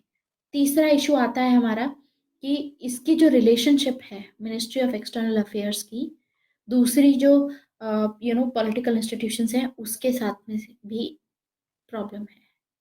तो relationship with other political institution, ये जो एक्सटर्नल अफेयर मिनिस्टर है is the key member, correct. Cabinet committee जो है सिक्योरिटी की, और साथ ही साथ हम देखते हैं मिनिस्ट्री ऑफ, जो मिनिस्टर ऑफ एक्सटर्नल अफेयर्स है, इसमें जो ऑफिसर्स होते हैं, जो भी ब्यूरोक्रेट्स होते हैं, PMO में भी पोस्टेड होते हैं नेशनल सिक्योरिटी काउंसिल में, ठीक है। तो उस हिसाब से आप देखोगे जैसे जो NSA की है, नेशनल सिक्योरिटी एडवाइजर है, 1998 से रेगुलर इंटरवल्स पे जो IFS ऑफिसर्स हैं इनको दिया जाता है, मतलब यहाँ की position. So in addition to this हम देखते हैं कि ministry of external affair ministry इसमें डोमेस्टिक स्टेट यूनिट्स भी रहती हैं, उनके साथ भी डील करता है, ठीक है। और इसमें एक सेपरेट यूनिट भी एस्टेब्लिश की गई है स्टेट डिवीजन की, ठीक है। स्टेट डिवीजन की किस लिए की गई है? पैरा डिप्लोमेसी के लिए, क्योंकि अभी मोदी के आने के बाद में पैरा डिप्लोमेसी स्टार्ट हुई है, तो एक और नई डिवीजन आई है इसमें, that is the state division. Para diplomacy में होता है कि हमारी जो सिटीज होती हैं, जैसे कोई भी सिटी होगी, अगर उसको फॉरेन की किसी सिटी के साथ में कोऑर्डिनेट करके काम करना है, अपना बिजनेस बढ़ाना है, ट्रेड बढ़ाना है, तो वो सभी पैरा डिप्लोमेसी में आएगा, और ये भी एक मिनिस्ट्री ऑफ एक्सटर्नल अफेयर्स में जाएगा। तो अलग अलग जो पॉलिटिकल इंस्टीट्यूशंस के साथ में जो रिलेशनशिप होती है, हम देखते हैं कि इसमें ना देर इज ये भी पॉलिटिकल कंट्रोल में रहता है। ठीक है, मिनिस्ट्री ऑफ एक्सटर्नल अफेयर्स के जो ऑफिसर्स होते हैं, कहीं ना कहीं इस कंट्रोल में रहते हैं ये लोग। और दूसरा ये होता है कि दूसरी एजेंसीज को जब कम्युनिकेट करना होता है, पब्लिक को जब कम्युनिकेट करना होता है, उसमें दिक्कत रहती है। जैसे कि कांति वाजपेयी ने अपने पेपर जो पब्लिश किया था 2019 में, उसमें ये आर्ग्यू किया था कि जो मिनिस्ट्री ऑफ एक्सटर्नल अफेयर्स का कम्युनिकेशन होता है पब्लिक के साथ में, बहुत कम होता है। ये तो पिछले 2 डेकेड से ऐसा हो रहा है कि जो मिनिस्ट्री का स्पोक्स पर्सन होता है उसको इतनी मतलब इम्पोर्टेंस दी गई है, और फिर टेलीविजन के चलते, सोशल मीडिया के चलते, जैसे अभी सुषमा स्वराज हुआ करती थी, तो वो ट्विटर के थ्रू काफी he was very active in that. ठीक है, तो ये बेसिकली पब्लिक डिप्लोमेसी डिवीजन अभी रिसेंटली ही आई है। जैसे 2006 में मिनिस्ट्री ऑफ एक्सटर्नल अफेयर्स ने अपनी पब्लिक डिप्लोमेसी डिवीजन की थी, लेकिन इससे पहले कम्युनिकेशन भी नहीं होता था। और जो भी most public form of outreach होता है, वो पैसिव होता है, मतलब डायरेक्टली ये पब्लिक को एड्रेस नहीं करते हैं। रादर मान लो वेबसाइट के थ्रू कुछ बता दिया, ये ऐसे एक्टिव रहते हैं, या फेसबुक के थ्रू या ट्विटर के थ्रू। जैसे हमारे जो मोदी जी हैं, मन की बात डायरेक्टली एड्रेस करते हैं लोगों को, करेक्ट। लेकिन हमारे जो एक्सटर्नल अफेयर मिनिस्टर हैं, इतने की डिसीजंस ले रहे हैं गवर्नमेंट के बारे में, ये सब चीजें उनको भी कन्वे करनी चाहिए। तो जितने भी हम देखते हैं एक्सटर्नल अफेयर्स के कम्युनिकेशन होते हैं, ज़्यादातर इंग्लिश में होते हैं, और इंडिया की जो लार्ज ऑडियंस है, उनको इंग्लिश समझ नहीं आती, इसीलिए ये भी दिक्कत रहती है, कम्युनिकेशन में प्रॉब्लम होती है। तो एक एक्टिव आउटरीच के लिए अगर पब्लिक तक किया जाए, तो ऐसे एम्बेसडर्स को, मान लीजिए जो रिटायर हो चुके हैं, जो आईएफएस ऑफिसर्स, जो रिटायर्ड एम्बेसडर्स हैं, उनको रिक्रूट करना चाहिए कि वो पब्लिक लेक्चर्स दे सके इंडियन यूनिवर्सिटीज में। ऐसा भी एक्टिव स्टार्ट हुआ था। ठीक है, इसके अलावा हम देखते हैं कि जो इंडियन एम्बेसीज होती हैं, those who outreach abroad, that is rather limited. And embassies जो रेयरली ऑर्गेनाइज करती हैं, लार्ज पब्लिक इवेंट्स को ऑर्गेनाइज करती हैं to showcase India, they are there. So what we see is कि ओवरऑल आर्ग्यूमेंट यही है कि कम्युनिकेशन प्रॉब्लम है। आईएफएस हो, ministry of external affair minister हो, ठीक है, तो हम देखते हैं कि it is the glass which is half full. मतलब अभी भी मतलब धीरे धीरे बढ़ रहा है ऑब्वियसली, इसको रिप्लेस करना चाहिए जिसमें और एंगेजमेंट हो और कम्युनिकेशन हो। लेकिन जो जितनी भी अभी तक बढ़ोतरी हो रही है, वो उस लेवल पे नहीं हो रही है। तो फॉरेन पॉलिसी की जो कैपेसिटी है, उसको इंक्रीज किए जाने की ज़रूरत है, एंड क्योंकि काफ़ी वीक चल रही है अभी इस टाइम पे। ठीक है, so this is about ministry of external affairs. काफ़ी सारी बातें हमने पढ़ी हैं आज मिनिस्ट्री ऑफ एक्सटर्नल अफेयर्स के बारे में, जिसपे आप अपना काफ़ी सारे पॉइंट्स लिख पाएंगे अब इन फ्यूचर, अगर आपको क्वेश्चन आता है तो। Now we are going to talk about influence of media on foreign policy.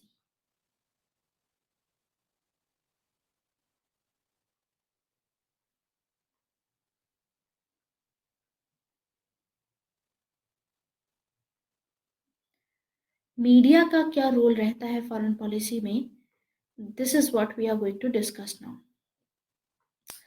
देखिए, मीडिया का एक ऑब्वियस सा रोल है, हमारा पब्लिक ओपिनियन को शेप करता है मीडिया।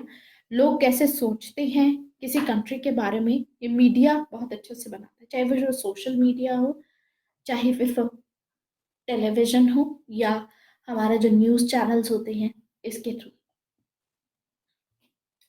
तो जो इन्फ्लुएंस है मीडिया का फॉरेन पॉलिसी में, उसमें दो इम्पोर्टेंट फैक्टर काम करते हैं।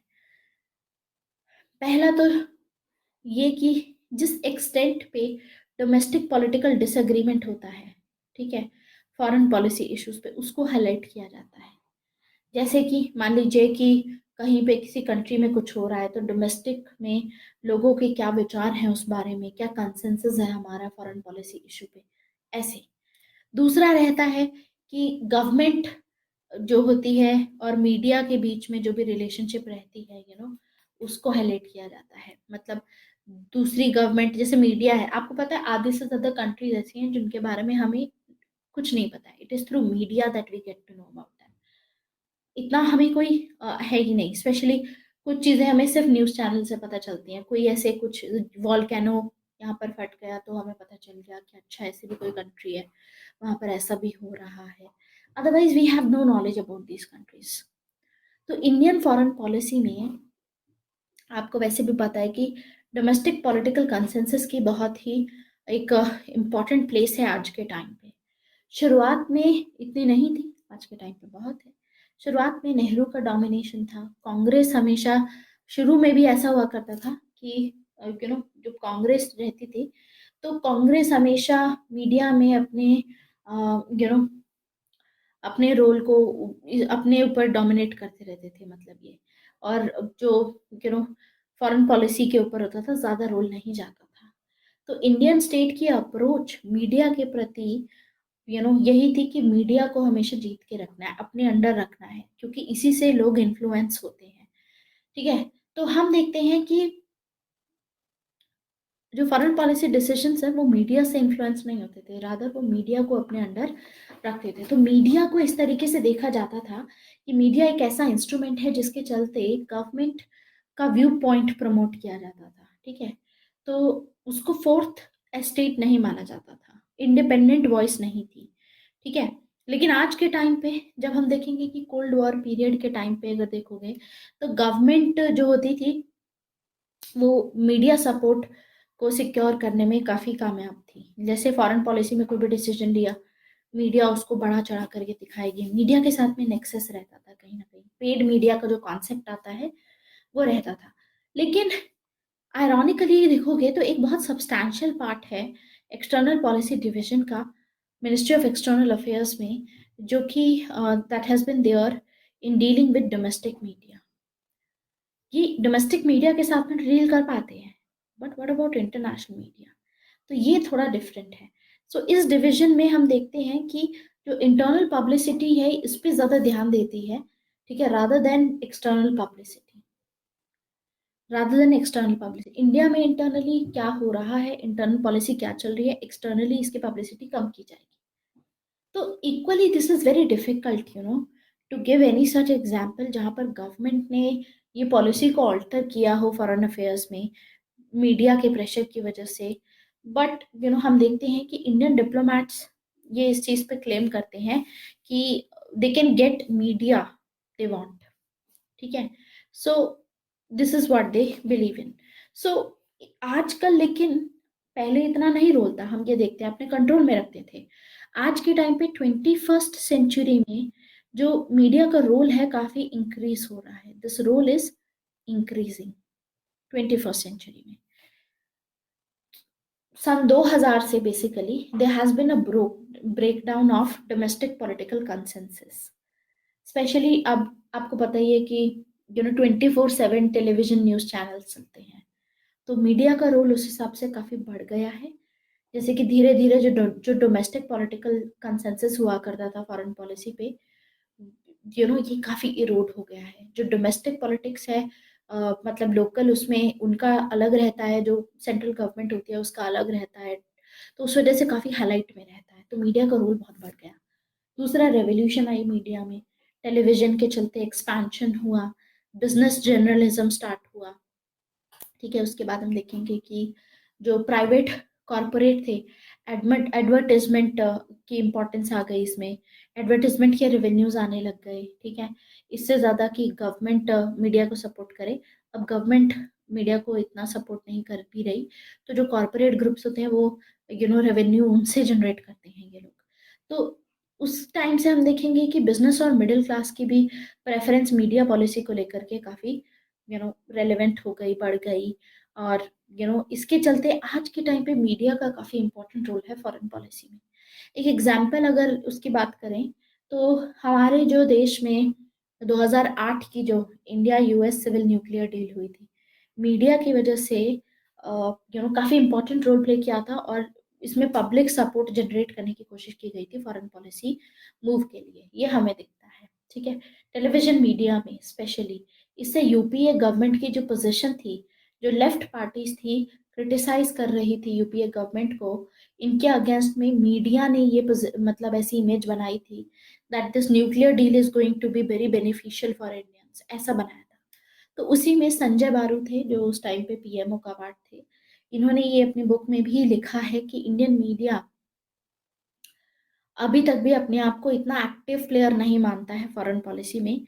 इसका एक इम्पॉर्टेंट रीजन ये भी है कि इंडियन मीडिया को अभी भी अपना जो बिजनेस मॉडल है, बिजनेस प्लान है जो उनका, उसको जस्टिफाई करने के लिए अपना, you know basically they need to find that just to justify कि क्यों फॉरेन पॉलिसी इश्यूज को इतना ज्यादा कवरेज देना चाहिए। आज तो दिया जा रहा है लेकिन फिर भी उस मामले में इतना ज्यादा डिटेल में, और मतलब काफी चैनल्स पे अब तो आपको, जैसे राज्यसभा टीवी पे आपको पता होगा कि फॉरेन पॉलिसी डिबेट्स होती हैं, ये सभी रहता है जिसमें एम्बेसडर्स आते हैं, काफी लोग आते हैं, they talk about these things.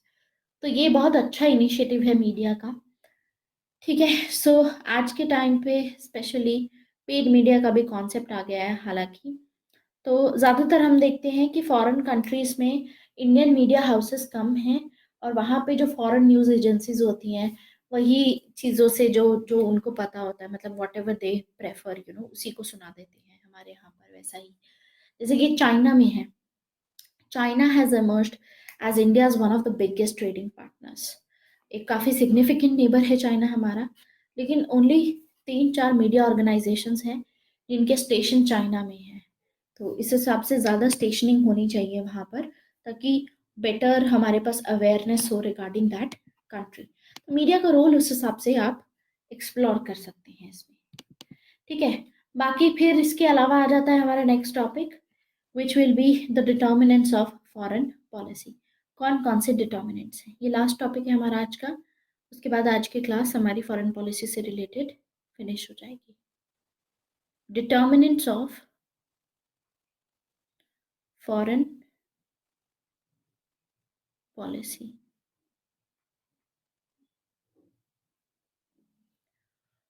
देखिए, डिटर्मिनेंट्स में बहुत सारे फैक्टर्स हैं। ठीक है, फॉरेन पॉलिसी बहुत ही ऐसा नहीं है, it is never uniquely determined कि एक ही फैक्टर से डिटर्मिन की जाए। बहुत सारे सेट्स ऑफ फैक्टर है जिनके चलते फॉरेन पॉलिसी डिसाइड की जाती है।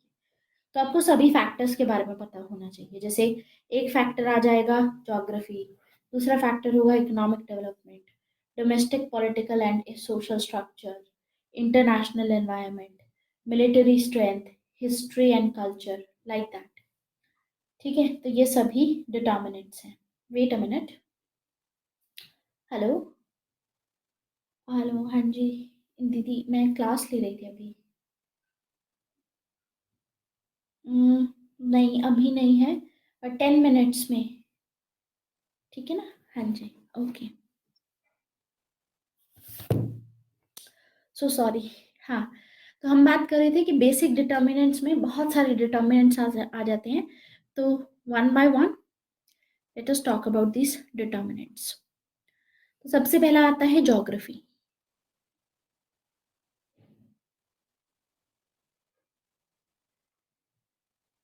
Second is economic development.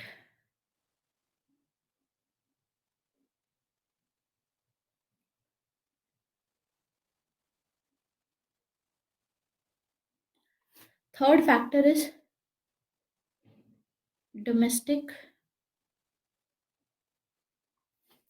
Political and social structure.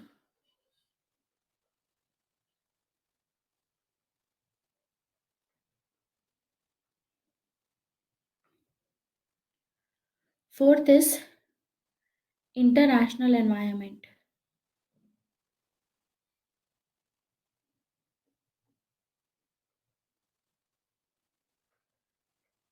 Fifth, military strength.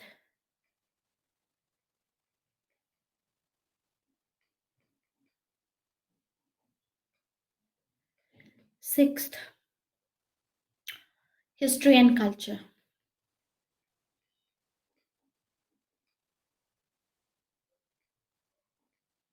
Seventh, diaspora, ये बहुत सारे डिटरमिनेंट हैं, एक एक करके थोड़ा थोड़ा इसको डिस्कस कर लेते हैं। Wait a minute.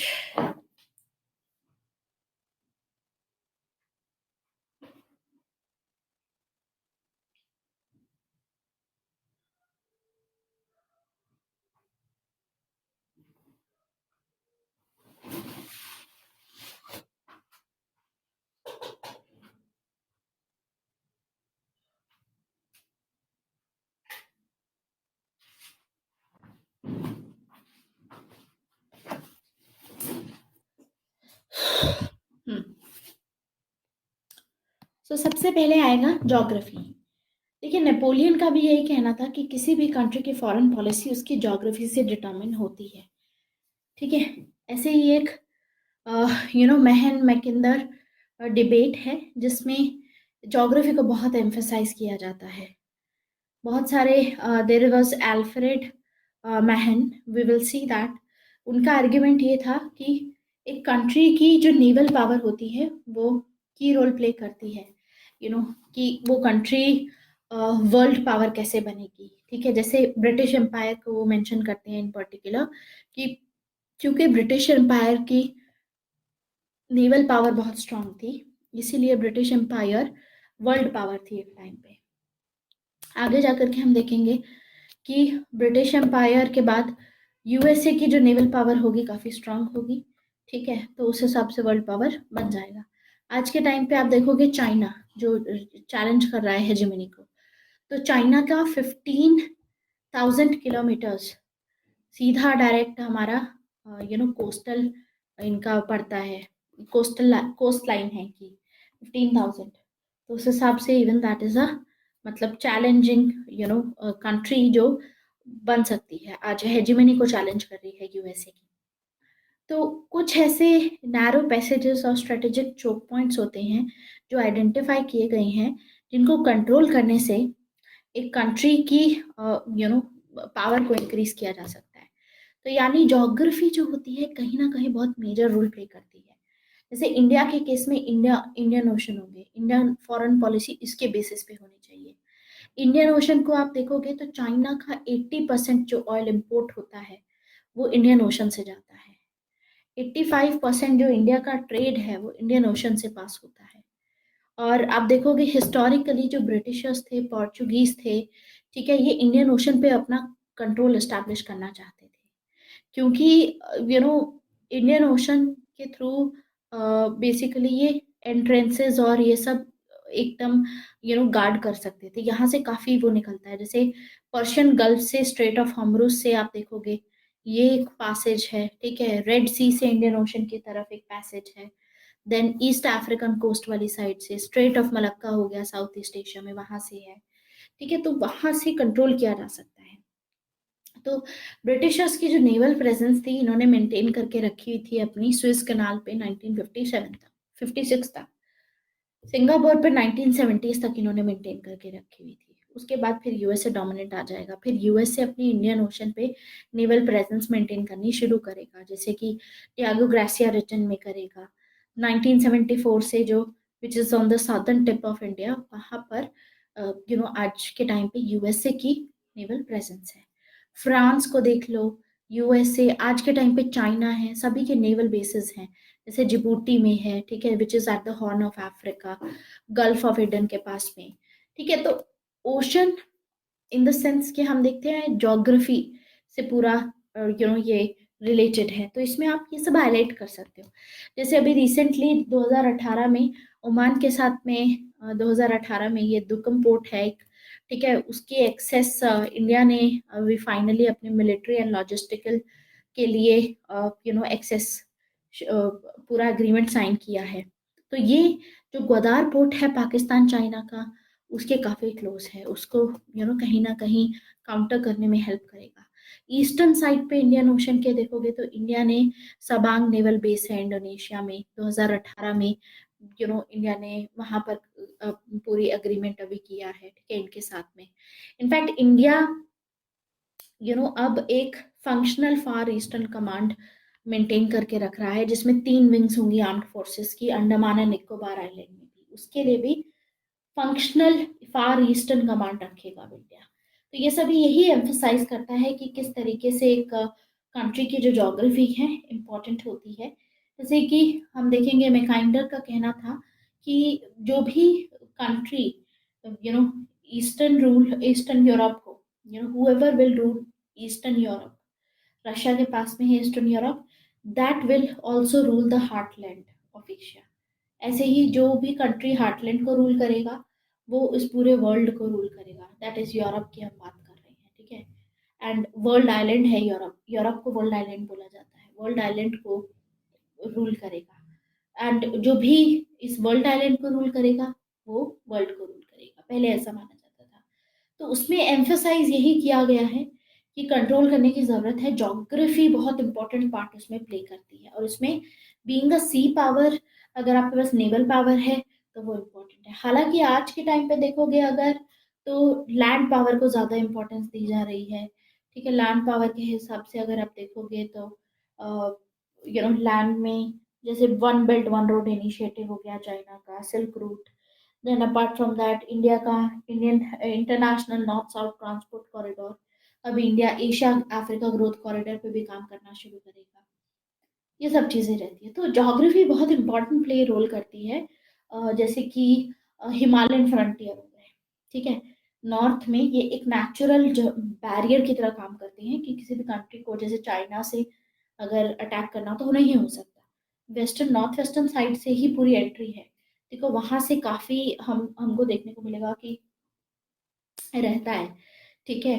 पहले भी कितने मोहम्मद घौरी थे, महमूद गजनवी थे, ये सभी आए हैं यहाँ पर, इन्होंने इन्वेजन की है इंडिया में, right, we all know about that. बाकी फिर इकोनॉमिक डेवलपमेंट भी बहुत मैटर करती है कि एक कंट्री कितनी इकोनॉमिकली डेवलप है, इस पे भी बहुत मैटर करता है, ठीक है। तो ये सभी डिटर्मिनेंट्स हैं, एक एक करके आपको इसके बारे में थोड़ा बहुत पढ़ना है, ठीक है। This is it for today, thank you very much. बाकी आगे कंटिन्यू करेंगे हम कल फर्दर इसकी क्लासेस।